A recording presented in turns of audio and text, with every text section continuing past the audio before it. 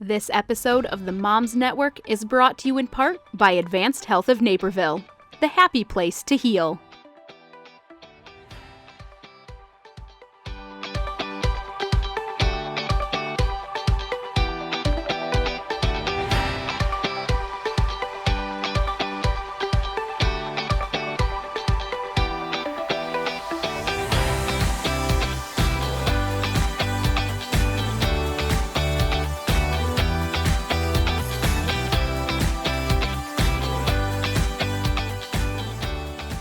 Welcome to the Moms Network. Today we are talking about one of my favorite topics, self-confidence and identity. I spent my teens, 20s, and 30s feeling pretty insecure. As I moved into my 40s, I really started to connect with who I was, and I found a big dose of self-esteem. My co-hosts Patty, Tiffany, and Grace are here with me today to dive into this great topic. All right, so please tell me that I am not the only one. No, you're alone.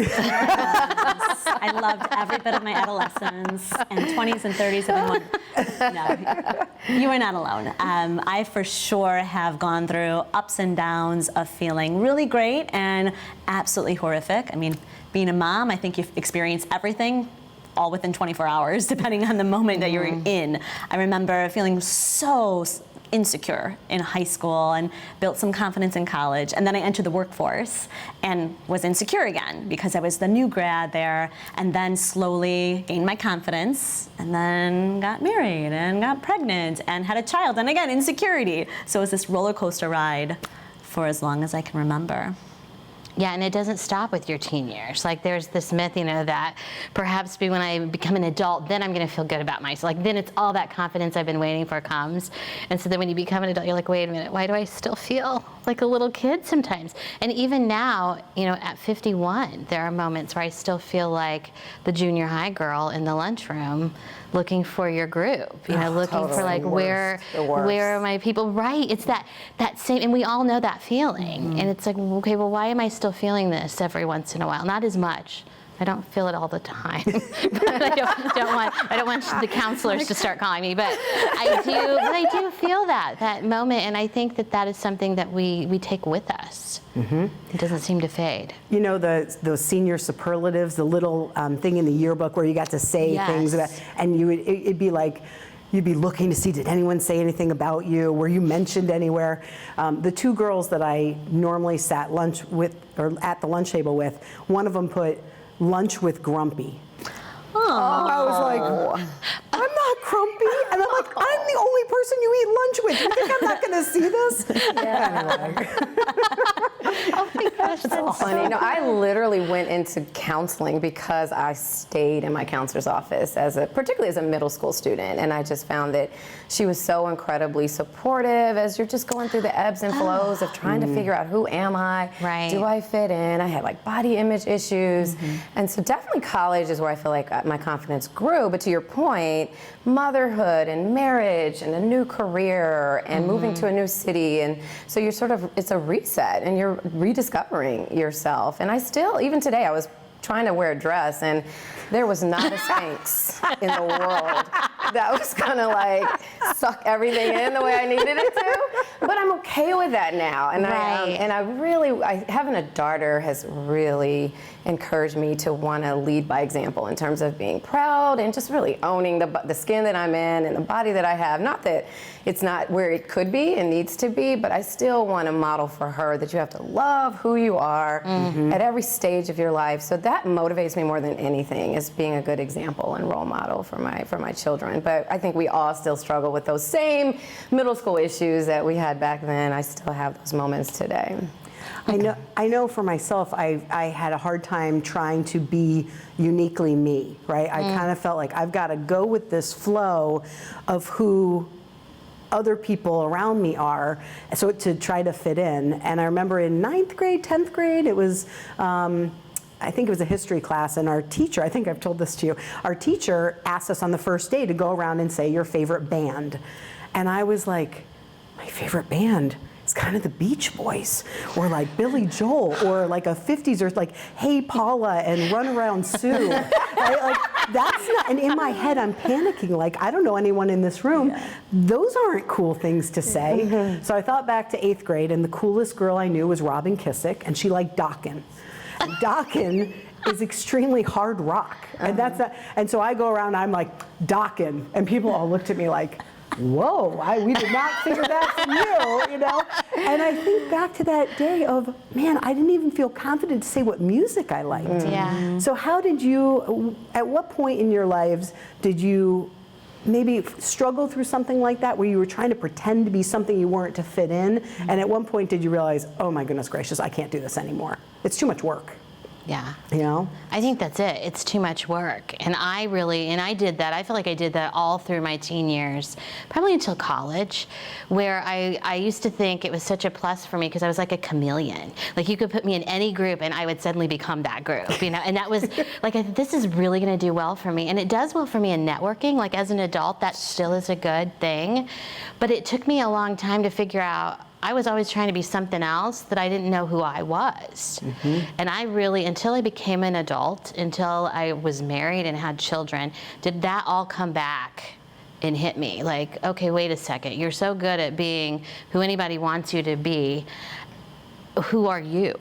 And like, kind of starting to unpeel that. Like, I kind of was feeling that in college a little bit. I had a little bit more confidence and tried to like be who I was, but I really struggled a lot with just always. And I enjoyed being in those groups. Like, I could have been a Dokken person. I could have rattled off a Dokken song maybe, but I did such, you know, I liked doing that. And then, but it just got to this point where I thought, well, but what do I really like? Like, what group would I put myself in? What songs would I say are the ones that I really like?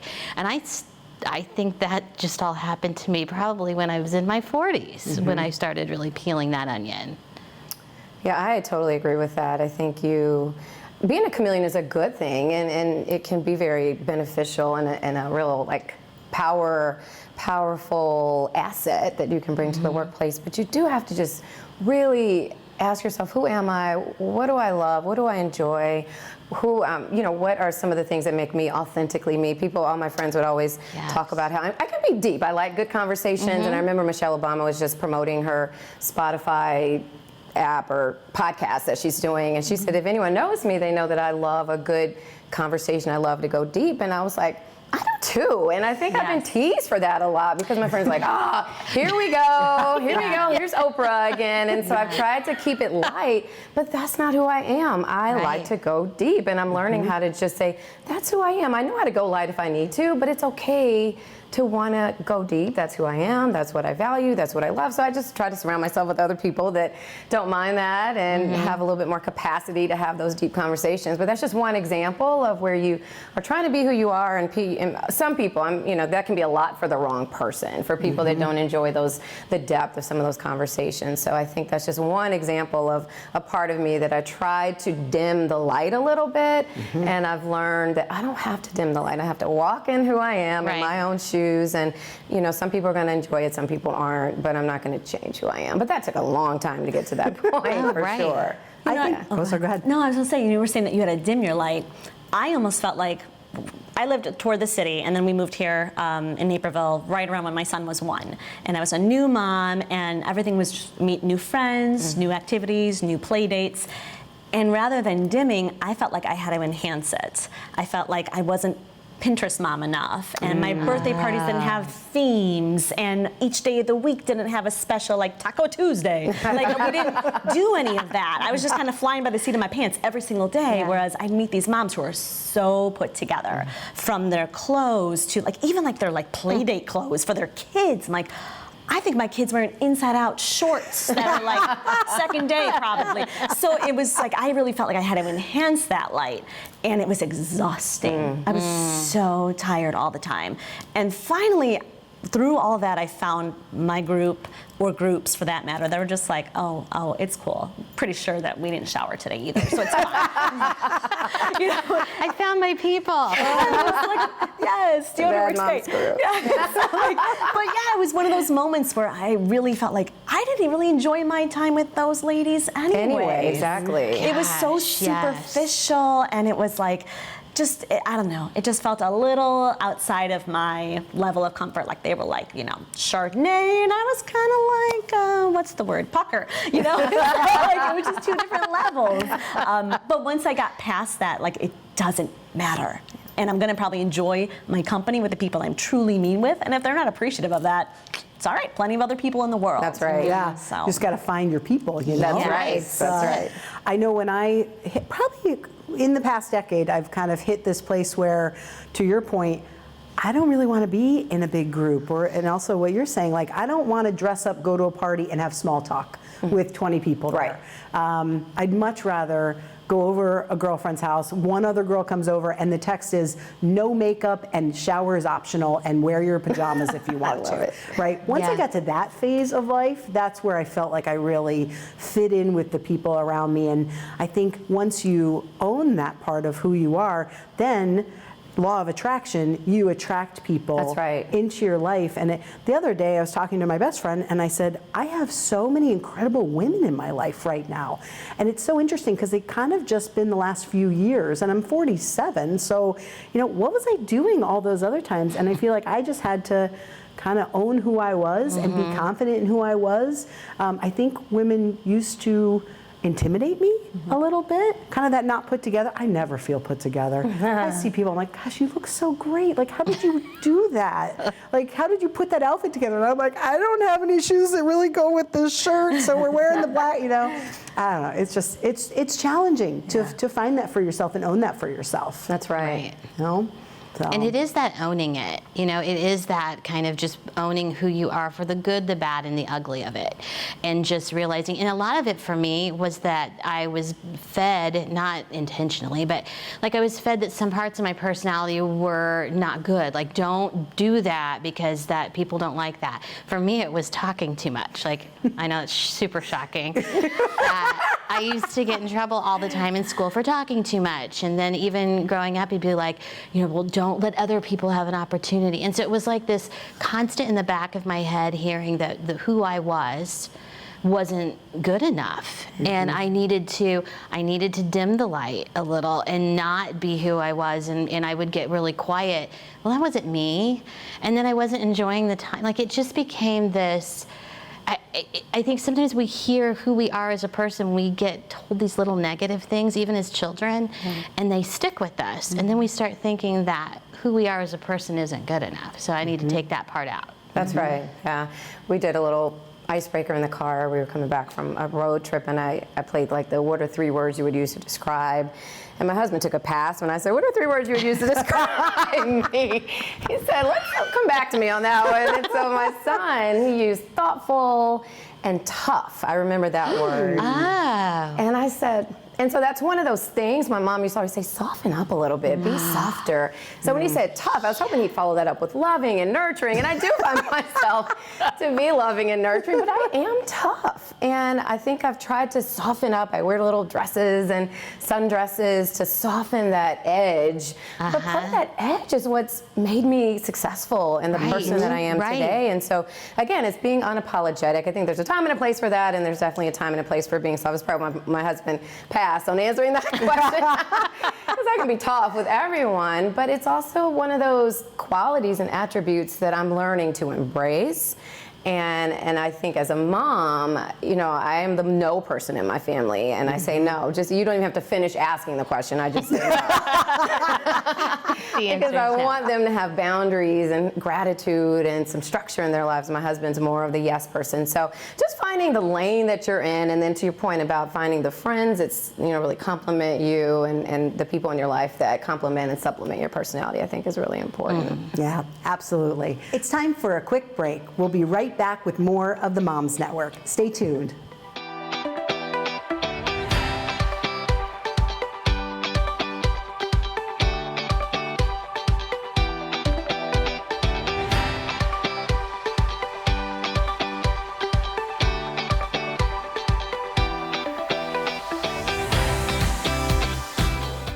So last year when I was pregnant, I was searching for a chiropractor that could help me with low back pain as I was going throughout my pregnancy. And I love that Dr. Cathy has many years of experience with pediatrics, with pregnancy, so I felt very comfortable.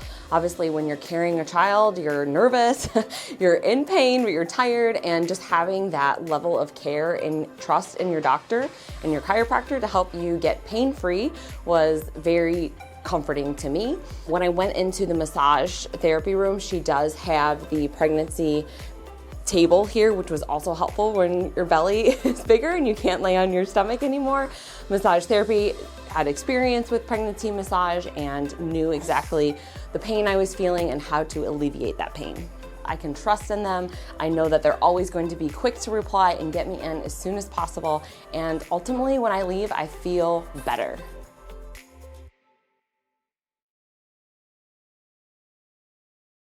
This episode of the Moms Network is brought to you in part by Advanced Health of Naperville, the happy place to heal.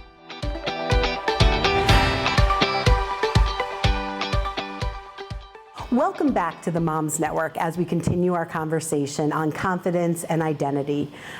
Tiffany, you were talking about your kids and how they were taking you in, right? Mm-hmm. I remember one time, well, multiple times, because I'm just a goofball. Like that's my set point. Like if we're in the grocery store and a song come on that I like, I am dancing, I am singing, right? We'd be having breakfast when the kids were younger, and I'm, making up songs about making pancakes. And at one point, one of the kids said, "Mom, you're so weird." And I'm like, "Oh yeah, I am." I'm like, "Would you prefer me to be boring, Mom?" And then I would go into this whole thing like, "Good morning, Nick. Here's your pancakes. Would you like some toast with that too?" He's like, "No, Mom." I said, "Okay, so you're okay? You'd rather me be weird, Mom, and a little crazy, Mom, than boring, Mom?" And he's like, "Yeah."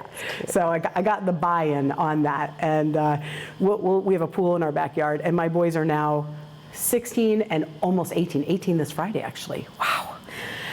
An adult, that's crazy. But when they were younger, I used to carry them around, and they would be like 6 or 7. I'd be like, "Oh, I'm carrying you like a baby." And they are now 6'4" and almost 6'2". Wow. And so sometimes we'll be in the pool, and I'll be like, "I'm gonna carry you like a baby." And we play this whole game. They're gonna die if they see this. And they run around the pool, but they go with it, right? Yeah. They know I'm going to catch them, and they know I'm going to carry them like a baby, and I would say, "Oh, I'm carrying you like a baby." And that sounds so weird, but we just have a lot of fun with it, and I know that if I was more concerned with anyone seeing that or what they thought of me, I just want them to know that it's okay to be what you feel inside. Right. Yeah. And I think that goes back, Tiffany, you were saying earlier about your daughter like being your motivator for, being who you are, right, being authentically you. And I think it's so important to remember that our kids are watching us, and they're watching how we interact and what we do. And I remember growing up, and my dad, I grew up in a small town, Indiana, and there was a restaurant, family owned. We knew the family. And we would go every Friday night. That was like a staple. And we would go for all big family celebrations. And when my dad would walk in, he knew everybody, and he'd walk around and talk to them. And he would, say, "Oh, this martini's not dry enough." Or he would make fun with the new bartender. And I would be mortified as a kid. Because I'd be like, "Oh my gosh, can't we just go and have a normal dinner? Can't we just walk in and sit down and order and then walk out?" But secretly, I loved that part of him. Because he was so comfortable with him. He loved people. He loved to be around that. And I embrace that now. That is a part of who I am. And so I always think that with some of my kids, this part that they may see as goofy or this weird, they really, well, maybe it's just me, I secretly think they love it. They're like, "Oh my gosh, she's so great." But I want them to see that it's okay to just be whoever that is, and it's good. And if you think that I'm goofy, then I'm goofy, and that's okay. Mm-hmm. We're at the phase right now where my boys are almost 8, almost 4, and it's just very obvious personality differences between the two of them, like night and day. But it's so fun because my oldest is growing into himself, and he's gaining confidence in some areas. In other areas, he's a little bit more reserved because he's just unsure, and that's okay. He'll get there. But it is one of those things where you watch him just live and thrive in a moment of joy, and you're like, wow, he overcame this fear. Yes. And it's so cool. Like even just over the last few months, like you've grown up so much. Like never in a million years would you be comfortable going to the library while I wait outside in the car, returning your book, asking the librarian where your book on hold is, like checking out your book by yourself, saying thank you, have a good day, the whole bit. That's and I was awesome. like, how do you feel? He goes, I feel like an adult. I go, yes, you are. That is exactly what adulting is, man. Yes, having manners, being independent, yes. And then there's like my little 4-year-old bulldozer boy who is still rough and tough and does not have manners yet and is really kind of doesn't know boundaries, and we have to work on that a lot.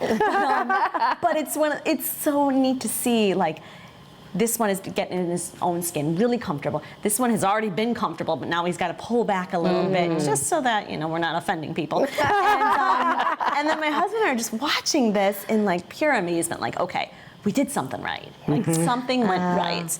And I really think, just to everyone's point, being a parent is like such a beautiful thing, where when you are yourself, you're giving your children permission to be themselves. I totally and agree. they see that and they embrace it and they live it.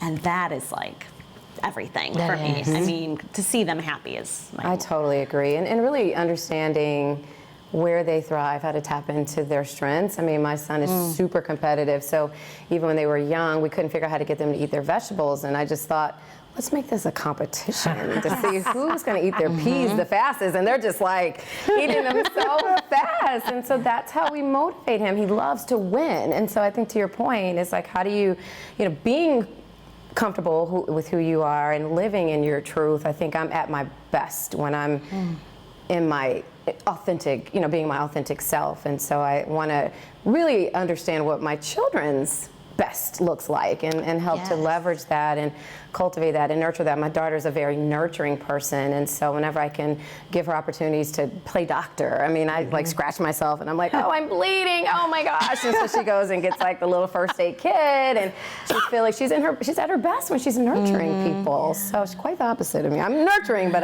again, tough, but I love that you're a tough nurturer. A tough nurturer. Rock it off. Rub some dirt in it, Jenny, you're fine. So I don't know where, she honestly is the most nurturing, loving person I've ever met, and so I just want to continue to give her opportunities to thrive in that way. So I love being a mom in that regard, and having all these kids that have all these different personalities and finding out what their strengths are. If we can, the earlier we can start that, right? Yeah. The better. Yeah. Has anyone had challenges in their life when they were using what they did for work, or even being a stay-at-home mom, of that is your identity, as opposed to like, my identity is a loving, kind, caring, authentic human being with a mission to give back and help others? So no matter if I'm a chiropractor, or if I run the branch, or if I launch something new called Socket, or no matter what my role is externally, I've found that I can sit in this space of, this is who Cathy Subber is.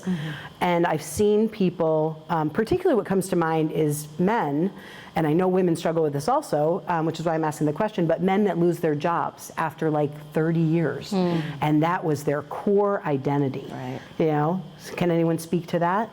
Yeah, I mean, so I actually was laid off. I used to work, I was a corporate HR manager, and I was laid off 2 weeks before I got married. So I went from, you know, just total 9-to-5-er, loved climbing the corporate ladder, to being jobless, newly married, plus we were moving. So like 3 very dramatic events in the same month. And I was struggling quite a bit, because I've noticed when we moved, when we meet people, oh, what do you do?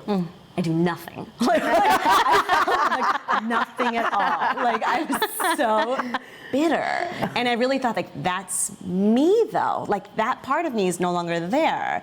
It's human resources. I'm not human anymore. No, of course not. But I had to fine-tune what I thought of myself as, because for the longest time, I was what my job was. Because it was such a big part of my life during my 20s, honestly. And then slowly, I found a new career as a yoga teacher. I loved it. I loved every bit about it.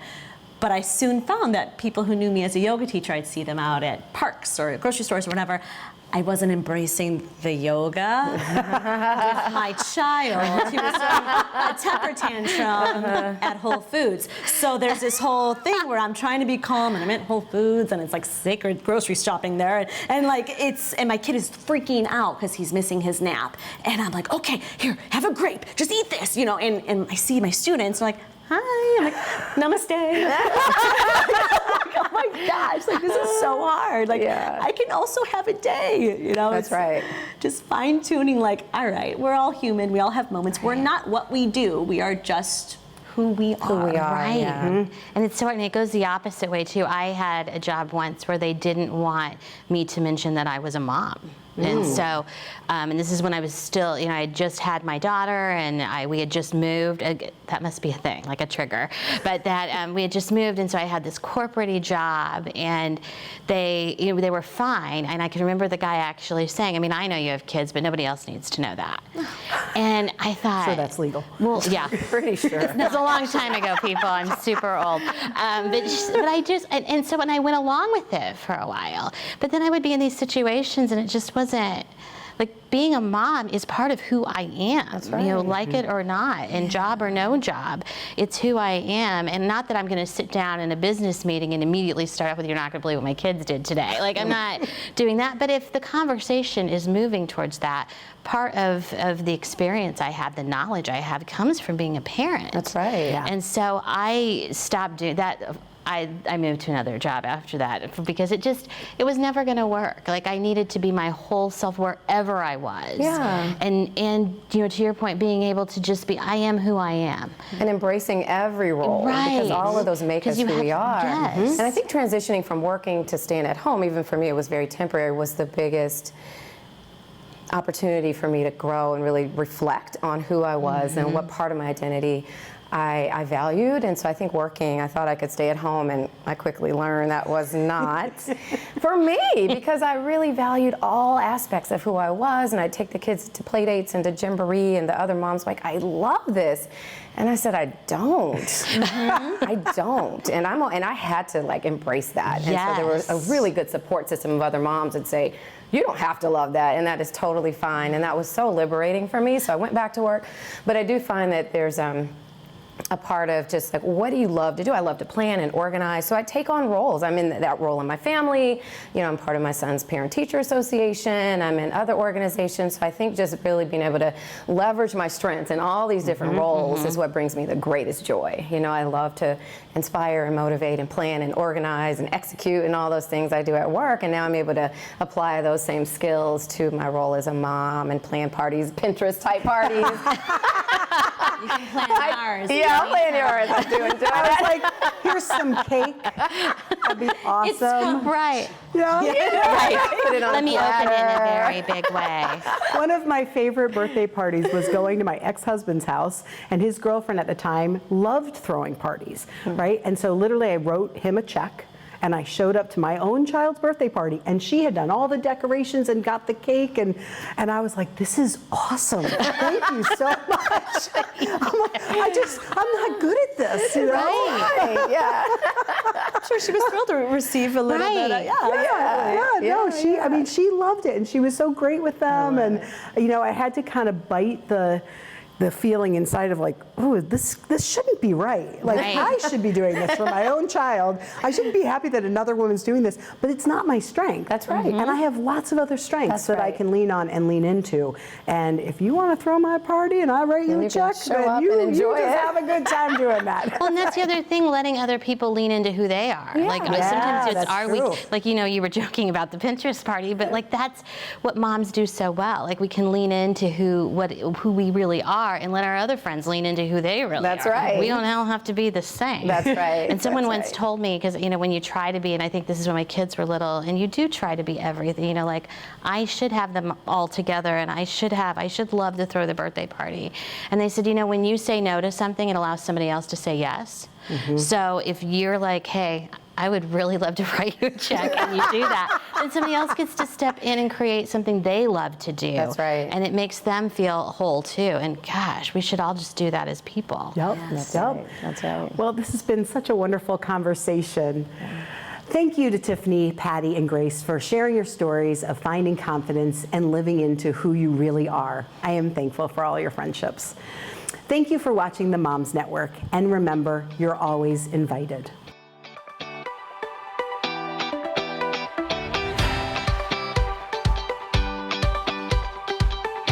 This episode of the Moms Network is brought to you in part by Advanced Health of Naperville, the happy place to heal.